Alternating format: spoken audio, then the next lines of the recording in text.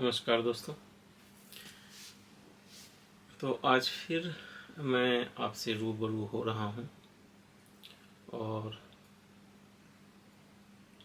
जैसा कि आप देखते हैं मैं वीडियो कोई प्रोफेशनली किसी एडवर्टाइजमेंट या किसी पैसे की मकसद से नहीं डालता, कि एक सोच है जिसको मैंने नाम दिया है इंडियन पैट्रियट या इंडियन पैट्रियटिज्म। और उस सोच में जो निहित चीज़ें हैं वो ये हैं कि justice, equality, diversity and voice for all होनी चाहिए। तो इसी क्रम में आज फिर मैं एक नई वीडियो लेकर के आया हूँ, या ये कहें कि मैं अपना मत लेकर के आया। कोशिश की है मैंने कि मैं बायस ना हूँ और अपना एक उचित ओपिनियन दे पाऊँ। दूसरी बात यह है कि हर इंसान समय समय पर अपना खुद का मूल्यांकन करता है, खुद का अवलोकन करता है। और मैंने भी देखा कि जब मैंने इंडियन पैट्रियट शुरू की थी इसकी यूट्यूब चैनल, तो मेरी आकांक्षा थी कि कम से कम वीक में एक बार मैं कोई वीडियो पोस्ट कर पाऊँ, लेकिन ये हो ना पाया।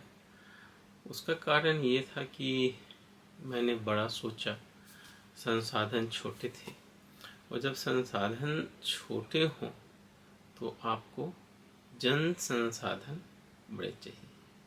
हमारे पास जन संसाधन बड़े थे, लेकिन क्या ही आश्चर्य की बात नहीं है कि लगभग इंडियन पैट्रियट फेसबुक चैनल पर हमारे 1750 मित्र हैं।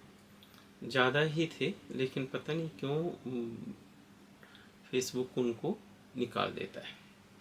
लेकिन 1700 से काउंट कभी नीचे गई नहीं है, बढ़ती ही रहती है विजिबिलिटी कम करने के बावजूद भी। और लगभग मेरे 5000 मित्र थे, जिनमें से लगभग 1000 लोगों को मैंने छटनी की है, बाकियों की भी कर रहा हूँ। प्लस और भी ऐसे मित्र जो हमारे फेसबुक पर ना हो, लेकिन हमारा उनसे वास्ता हो और आपस में बढ़िया बात विचार हो, अच्छे स्तर की बात विचार हो। लेकिन किन्हीं लोगों ने ये हिम्मत ना की कि किसी सत्यवाद पे चर्चा की जाए, और इस कारण से मैं किसी भी ढंग की वीडियो पोस्ट ना कर पाया। फिर मैंने ये भी देखा कि सारा कार्य मुझे खुद ही करना पड़ेगा, और इसको मैं अच्छे से अच्छे ढंग से करूं। जब आप सभी चीज़ों को परफेक्शन की ओर ले जाते हैं तो फिर समय लगता है, समय से देर लगती है, और कई बार क्या होती है कि आपकी रेगुलरिटी टूट जाती है। तो जो मैंने कहा कि समय दर समय आप जो सफल इंसान बनना चाहते हैं तो आपको अपना मूल्यांकन करना पड़ता है, आपको अपनी असेसमेंट करनी पड़ती है। और जब मैंने अपनी खुद की असेसमेंट की, खुद की निरीक्षण की, तो यही पाया कि मैंने फॉर्मेट बड़े किए, सोच मैंने बड़ी रखी, अच्छी रखी, उत्तम रखी, और वो सोच इतना बड़ा हो गया कि कार्य हो न सका। फिर जब आप चीज़ों को जान जाते हैं तो आप उसके सॉल्यूशन के बारे में सोचते हैं। और सॉल्यूशन मैंने ये सोचा कि अब मैं सोच तो बड़ी रखूँगा, लेकिन प्रयास जो राम जी वाली गिलहरी वाली होती कि छोटे छोटे प्रयास करूँगा, और कोशिश करूँगा कि जितना ज़्यादा से ज़्यादा वीडियो डाल सकूँ। और शुरुआत में इसी वजह से मैं किसी भी ढंग की एडिटिंग नहीं करने जा रहा हूँ। जैसा कि आप जानते हैं कि मेरे वीडियोज़ इम्प्रॉम्प्टू होते हैं, टॉपिक्स दिन ब दिन की दिनचर्या से जुड़ी होती है और उससे जुड़े यथार्थों का ही मैं अवलोकन करता हूँ और अपने मत लोगों के मत आप तक पहुँचाता हूँ। तो उसी से जुड़ा एक वीडियो आज का है। तो पहला टॉपिक हमारा ये रहा कि अभी रशिया में और यूक्रेन में युद्ध हो रहा है। ठीक है, as a human, as a Indian patriot, मैं युद्ध कभी नहीं चाहता। मैं युद्ध को किसी भी हालात में सही नहीं ठहरा सकता। युद्ध नहीं होनी चाहिए थी। ऐसा कह कर के ना मैं यूक्रेन का समर्थन कर रहा हूँ, ना मैं रशिया का विरोध कर रहा हूँ। एक ढंग से देखी जाए तो मेरी परवरिश 3 हिस्सों में हुई है और धरती माँ के हर इस हिस्सों ने जो है मुझे बड़े अच्छे ढंग से संवारा है और निखारा है, जहाँ तक मैं समझता हूँ कि एक अच्छा इंसान बनने में मदद की है। ये पहला हिस्सा था जहाँ हमारी पढ़ाई कॉलेज तक की हुई भारत देश में। फिर दूसरा हिस्सा रहा फॉर्मर सोवियत यूनियन का, जहाँ मैं काफ़ी प्रभावित हुआ वहाँ की चीज़ों को देख के, वहाँ की डेवलपमेंट को देख के। और फिर तीसरा हिस्सा रहा यूरोप का, जिसमें जर्मनी और इंग्लैंड बड़े महत्वपूर्ण हैं, जहाँ मैंने इंडिया में संस्कृति सीखी, पोलाइटनेस सीखा। वहीं रशिया में जाकर के मैंने ब्रेवरी सीखी, ऑनेस्टी सीखी। और जब मैं यहाँ यूके आ गया हूँ, फिर यहाँ आकर के अपने मेडिकल क्षेत्र के ज्ञान के अलावा मैंने कम्युनिकेशन स्किल्स सीखी और कई सारी लिटरल चीज़ें सीखी, पॉलिटिक्स सीखी, मास मीडिया कम्युनिकेशन सीखी। चीज़ों को समझना, परखना और एक बड़े वैश्विक या व्यापक दृष्टिकोण से देखना सीखा। तो इसके लिए मैं इन तीनों ही धरती माँ के अंशों का बड़ा ही शुक्रगुजार हूँ। ऑफ कोर्स मेरे पेरेंट्स ने मुझे अच्छा इंसान बनाने की कोशिश की और पेरेंट्स को के लिए क्या कहना, उनसे तो बड़ा कोई हो ही नहीं सकता। वो आपके जनक हैं और जो आपके जनक हैं वही आपके भगवान हैं। तो बस उनके लिए कुछ नहीं करना, वो उनके लिए कुछ भी कहना कम होगा। जिन्होंने आपको बनाया उनको क्या बनाएंगे, क्या बुलाएंगे, क्या उपाधि देंगे। बस तो आपके परम पिता परमेश्वर वही हैं। तो ये चीज़ें हुई। अब आ गया था, तो मैंने अपनी सफाई दे दी कि मैं कहीं किसी का पक्ष नहीं ले रहा, मैं ह्यूमैनिटी का पक्ष ले रहा। और जो चीज़ें मैं देख रहा हूँ कि आजकल की दुनिया में जो सबसे बड़ी चीज़ें हुई है वो ह्यूमन कॉन्शियस का गिरावट हुआ है, डिक्लाइन हुई है। आप जहाँ भी देखिए एक अजीब ढंग की वॉर मॉन्गरिंग हो रही है। नाटो को देखो, ये हथियार दे दिया, ये इतने गोले दे दिए, बारूद दे दिए, इतने मिलियन दे दिए, बिलियन दे दिए, 100 बिलियन की मदद देगा, ये करेगा, वो करेगा। नाटो की ये देखो। दूसरी तरफ रशिया को देखो, रशिया कहता है कि per day war cost almost 20 billions की आ रही है। तो आपने तो 400 बिलियन तो यहीं फूंक दिए। 20 दिन से ऊपर की वार हो गई और ह्यूमन कॉस्ट है दोनों तरफ की 100 अलावे। ठीक है, तो बड़ी वॉर मोंगड़ी हम तो इसको नेस्त नाबूद कर देंगे।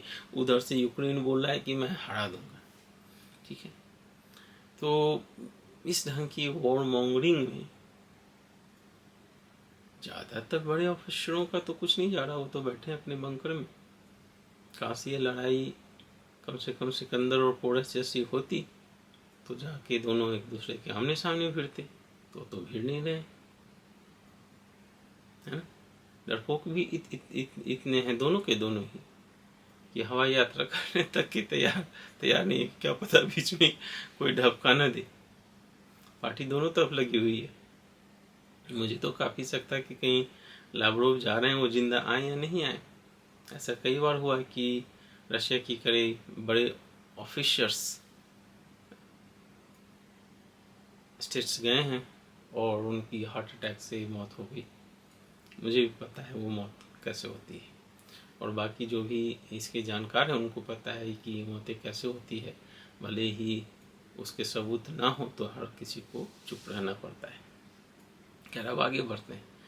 तो बात चल रही थी कि वॉर को क्रिएट करने में कितना एनर्जी इन लोगों ने लगाया, काश उतनी एनर्जी इन्होंने वॉर को ख़त्म करने में लगाई होती। अब इस पर आगे बढ़े उससे पहले ये जानना जरूरी है कि ये वॉर हो क्यों रहा है। लोग सोच रहे हैं कि ये वॉर यूक्रेन वर्सेस रशिया है। जी नहीं, ये वॉर यूक्रेन वर्सेस रशिया नहीं है, ये नाटो वर्सेस रशिया है। ठीक है, वो क्यों? आप देखें कि जब सोवियत यूनियन टूटा तो ये था कि नाटो ईस्टवर्ड नहीं बढ़ेगी, और उनको बढ़ने की ज़रूरत क्या है? जब आप आपका वो बड़ा ब्लॉक गया, ठीक है जी, तो आपको तो खतरा है नहीं, तो फिर आप नाटो का एक्सपेंशन किसके अगेंस्ट में कर रहे हैं? आपने रशिया के बॉर्डर पे अपने एयर डिफेंसेस ला के लगा दिए और आपने बोला कि आप ईरान को ट्रैक करेंगे।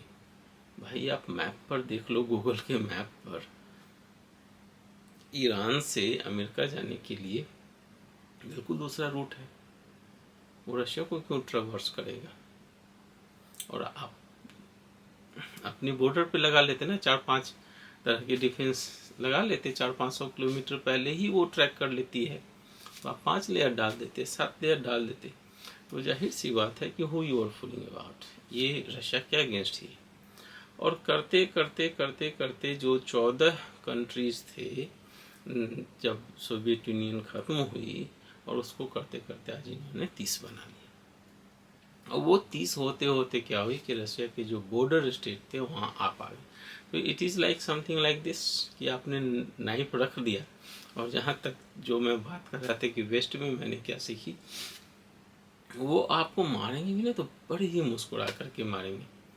मैंने एक राम गोपाल वर्मा की फिल्म देखी थी, और उसमें एक एक्टर हैं, और शायद जंगल मूवी थी, और उसमें वो बड़े प्यार से बोलते हैं, आई एम सॉरी, मुझे बड़ा दुख हो रहा है, मैं बहुत अच्छे से मारूंगा तुम्हें, कुछ नहीं होगा, बस बस बस आराम से मारूंगा।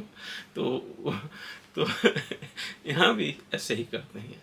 तो इन्होंने क्या किया कि नाटो को ला करके रशियन जुगलर पे ऐसे कर दिया। रशिया बोल रहा है कि भैया देखो ये खतरा है। अब बोल रहे हैं कि नहीं नहीं खतरा नहीं है ना, हम लोग एक हैं, मित्र हैं, आपस की हमारी आपसदारी है, प्रेम से रहते हैं, खतरा क्या है? नहीं तो ऐसे ही लगा दिया, सुरक्षा के लिए ईरान वालों को देखेंगे, ईरान क्यों देखोगे भाई? हाँ, तो इस ढंग का जो है नाटो ने वक्तव्य दिया, ठीक है, और करते करते करते करते किसको चुभोना शुरू कर दिया। हाँ, तो बोलो भाई दर्द कर रहा है, दर्द, तुमको लग रहा है साइकोलॉजिकल पेन हो रहा है, अच्छा हो रहा है, थोड़ा सा घसक जाओ, अच्छा थोड़ा सा घसक गया, फिर नाटो पे एक और देश हो गया।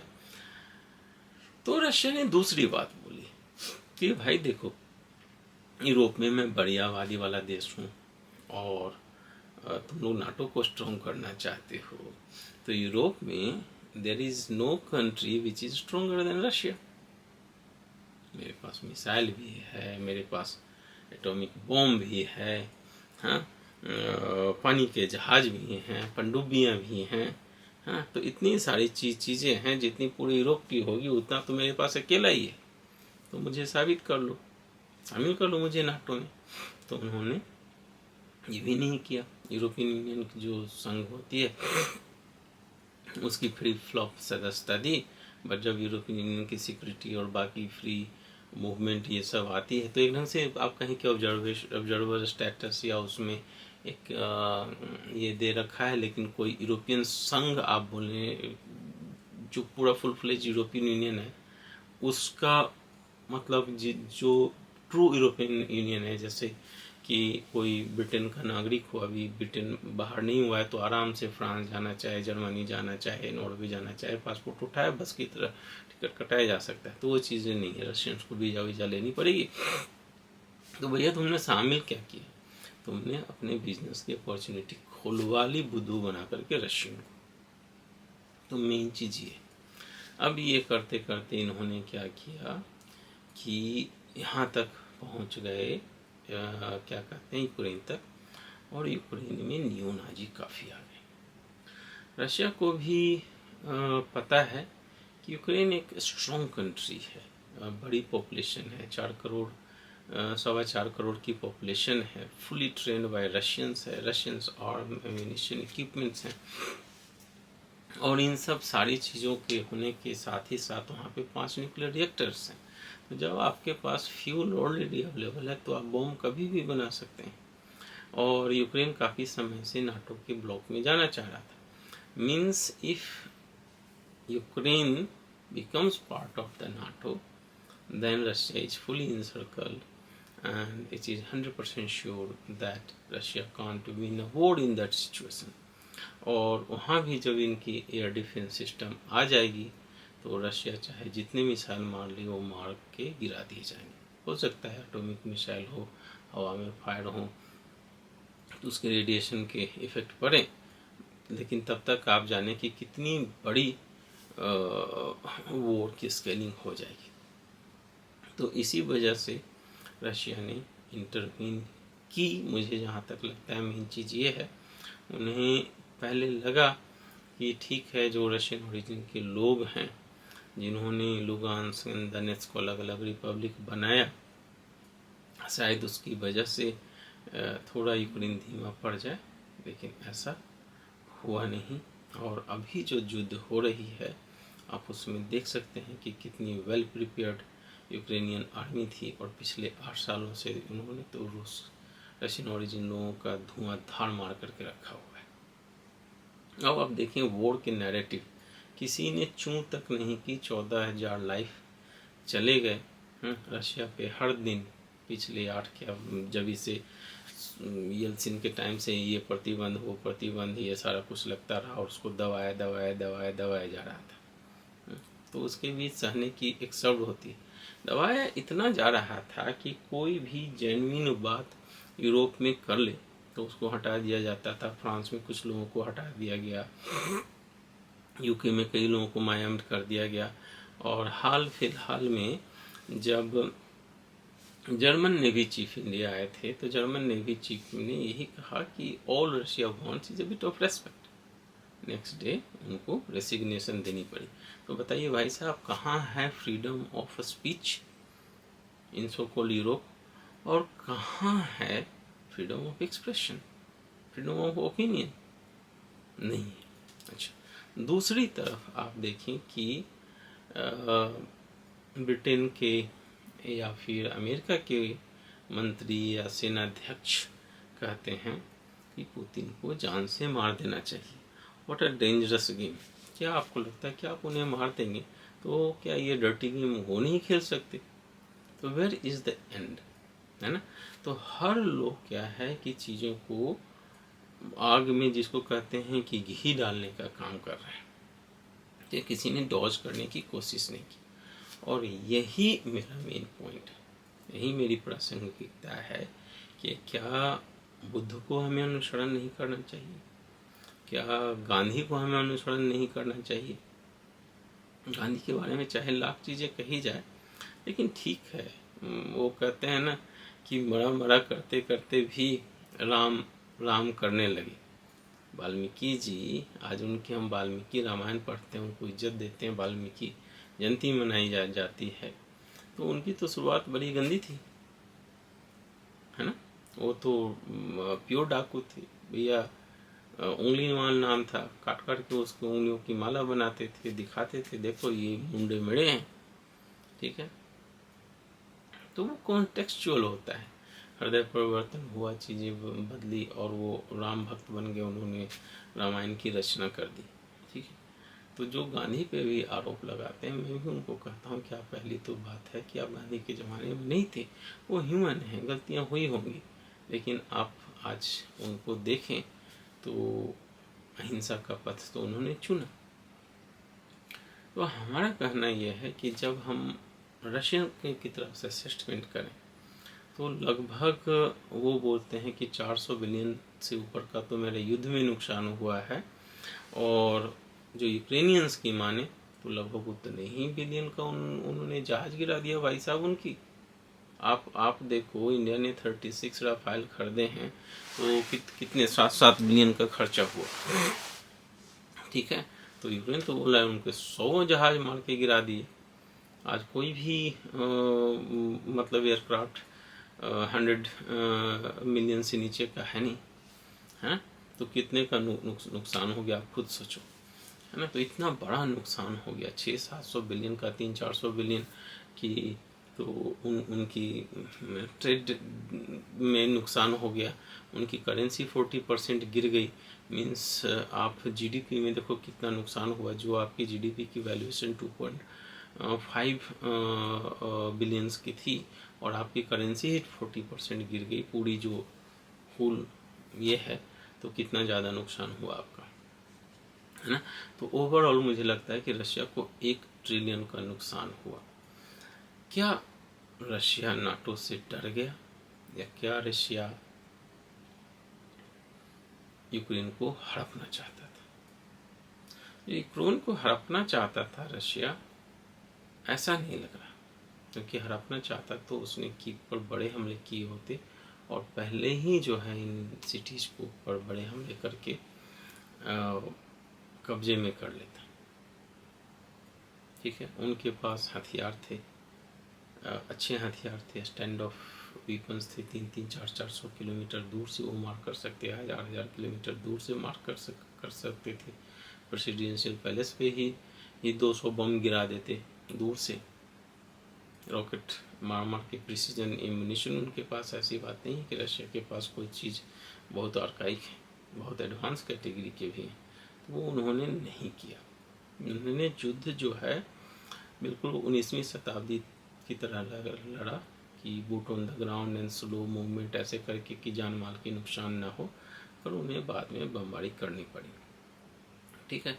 तो वो उनका इंटेंशन नहीं था, ठीक है, क्योंकि वो जिस हिसाब से कीव के पास पहुंच गए थे, तीसरे दिन ही जब जेलेंस्की हताश थे उसी दिन कुछ न कुछ कर देते, तो वो उन्होंने नहीं किया। दूसरी चीज़ है, उन्होंने यूरोपियन यूनियन कंट्रीज से आने वाली उनकी सप्लाई लाइन भी नहीं काटी, जो उनकी बहुत बड़ी गलती थी, ठीक है। तो उन्होंने नहीं किया, तो इंटेंशन कुछ डिफरेंट रहा होगा। शायद ये रहा होगा कि ऐसा एक प्रेशर टेक्निक डालने से यूक्रेन झुके और बातचीत के टेबल पे आए, जो वो 8 सालों से नहीं आ रहा था, और कोई इसका निष्कर्ष निकाला जाए, जैसे कि वो नाटो में शामिल ना हो या एक तटस्थ देश बना रहे ढंग का।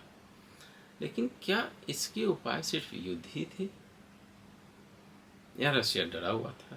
तो रशिया डरा हुआ था तो आप समझें, अभी 5 बिलियन में 5 बैटरीज दे रहा है, तो कितने बैटरीज वो S-400 के खुद लगा सकता था? 600 बिलियन का नुकसान में 400 बिलियन तो युद्ध में गए, 400 बिलियन उनकी इकोनॉमी से अभी युद्ध में गए, तो समझिए कितनी डिफेंसिव, तो इम्प्रेग्नेबल हो जाता रशिया। रशिया तूने क्या कर डाला, ठीक है। अब हमारी गांधी बात की तरफ आइए। भाई इतने बम मारने के बदले इतने फूलों के ट्रक भेज देता कि एक एक यूक्रेनियन के हाथ में एक एक गुलदस्ता होता कि भाई हम एक हैं, मुझे अपना दुश्मन न समझो, अपने सरकार को समझाओ, पॉम्फलेट की बारिश कर देता, ठीक है।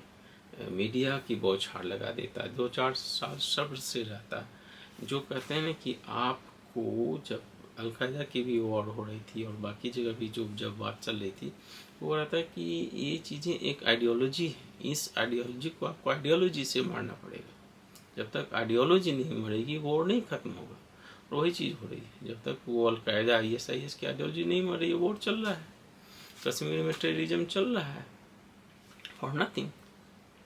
Actually, it's not creating a good life for anyone, and neither is going to create for those separatists. तो इन्होंने आइडियोलॉजी को मारने के बदला व्यक्ति और प्रशासन को मारना चुना। अपनी डिफेंस इतनी मजबूत करने के बदला कि भाई हम रशिया की तरफ देखेंगे तो पहले तो इनकी डिफेंस इतनी स्ट्रांग है कि आप ऑलमोस्ट लाइक इम्प्रेग्नेबल। अभी देखिए यूक्रेनियन ने क्या किया, अपनी सारी पॉपुलेशन को एक ढंग के फाइटर में कन्वर्ट कर दिया, चाहे जैसे हो।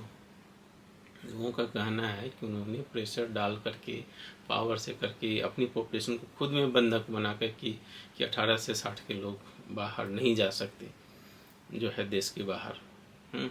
अपील करके बुला करके भारतीय सैनिकों को बुला करके एक इम्प्रेग्नेबल आर्मी बना ली, जहाँ पर कि आपको हर से लड़ना पड़ेगा। तो आप कह सकते हैं कि 4 करोड़ के पॉपुलेशन में 20-25 लाख तो उनके पास हो ही गए होंगे कम से कम। तो रशिया की तो 14 करोड़ की पॉपुलेशन है, वो 1 करोड़ का बना लेता फिर से, और इतने बड़े पैसे में संभव है। जेलेंस्की को दे देता 10, 20, 30, 40, 50 बिलियन का पैकेज, तो वो नहीं। और सेम चीज वेस्ट का और जेलेंस्की का, बम पे बम मारे जा रहे हैं, टैंक पे टैंक किए जा रहे हैं। भाई तो इतने ही पुतिन को यूरोप में जहाँ तहाँ देखो प्रदर्शन हो रहे हैं, सब चिट्ठियाँ भेज देते, फ्लावर्स भेज देते, गिफ्ट भेज देते, पुतिन साहब आप ले लो। आप क्यों डर रहे हो, आप नहीं चाहते नाटो नहीं लगाएंगे? भाई आइए हम लोग जो है एक पीस ट्रीटी कर लेते हैं कि NATO will never ever attack Russia and Russia will never ever attack NATO. और फॉर्मर सोवियत यूनियन की है, बैठ करके अपनी गिलेसिक में दूर कर लेते हैं। इस प्रोसेस को में जितना टाइम लगता है 2 साल 3 साल का एक टाइम बाउंड करते हैं, टीम बनाते हैं। रशिया की एक अपनी टीम हो, फॉर्मर सोवियत यूनियन ब्लॉक की अपनी टीम हो, और यूरोपियन यूनियन और नाटो की टीम हो, और सब मिल के करते हैं। पुतिन साहब को देते कि नहीं आपके पास कोई बैन वैन नहीं लगा रहे, ये सारा बैन हमने हटा लिया, चलिए ट्रस्ट बिल्डिंग मेजर हो गई, और आइए हम लोग बैठ करके इस पे बात करते हैं। तो ये चीज़ें संभव थी, यूक्रेन ने भी नहीं किया। तो बोलते हैं आप आओ, मैं सबको मार दूंगा, ये कर दूंगा, वो कर दूंगा, रशिया को हरा दूंगा, ये देखिए जी मैंने ये मार दिया, वो मार दिया, डिमका दे खाक कर डिमका दिया, सारे यूक्रेन को तो खंडर बना दिया। और लोग कितने जाहिल हैं।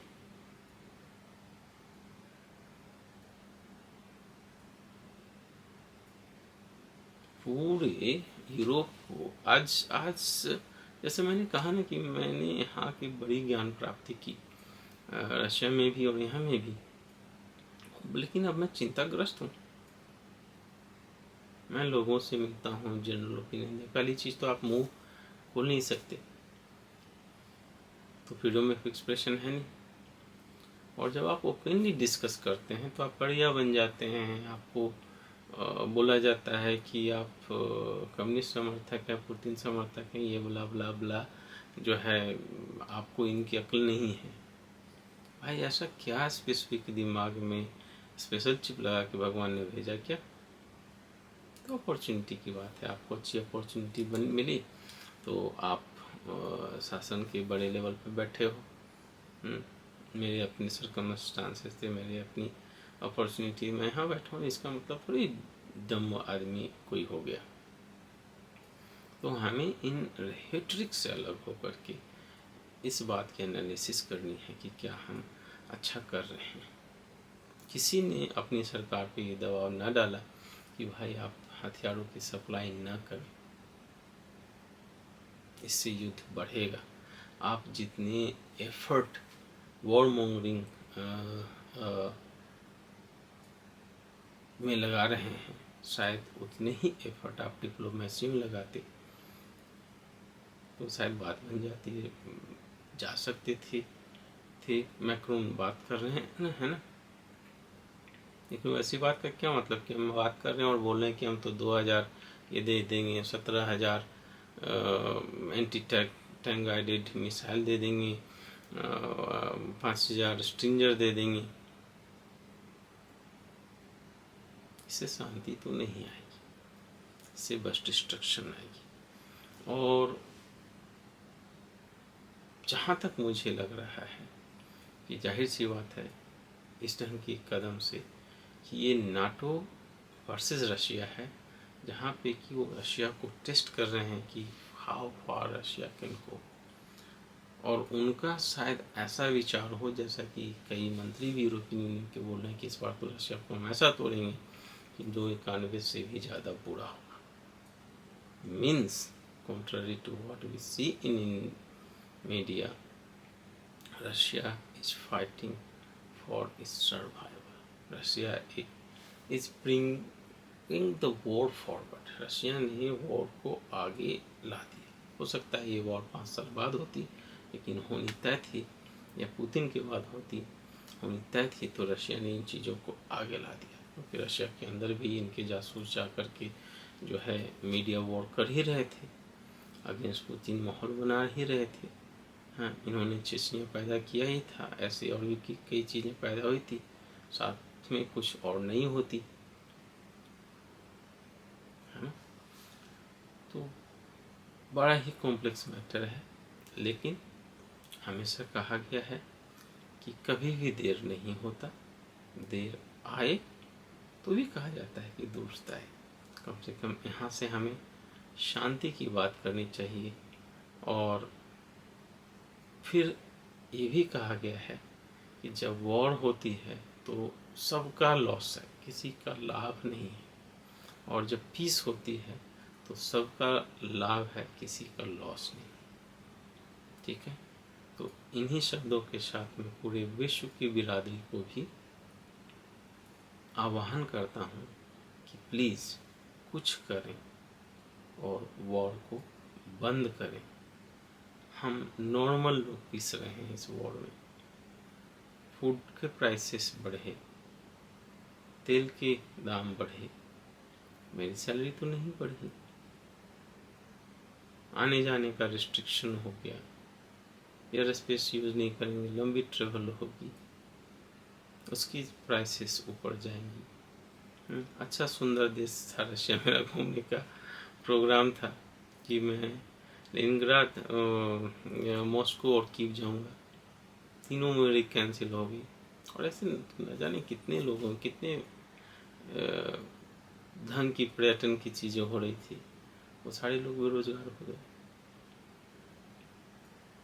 सोचें आप, और जो बन पड़े करें। मैं साधारण इंसान, समाज कम्युनिटी वाला रहने वाला, और क्या कर सकता हूँ, निवेदन ही कर सकता हूँ, बातें ही कर सकता हूँ। ठीक है, तो हर लोगों से अपील है कि oppose the war, ask for peace, and one who wages the war, one who fights the war are always criminal. It's a crime. Defense is the best offense. Russia को ये वॉर नहीं करनी चाहिए थी, साथ ही साथ यूक्रेन को भी वॉर की सिचुएशन नहीं बनानी चाहिए थी। तो दोनों ही काम डाउन करें और वॉर को बंद करें for the sake of world peace. किसी थर्ड पार्टी को अपॉर्चुनिटी ना दें।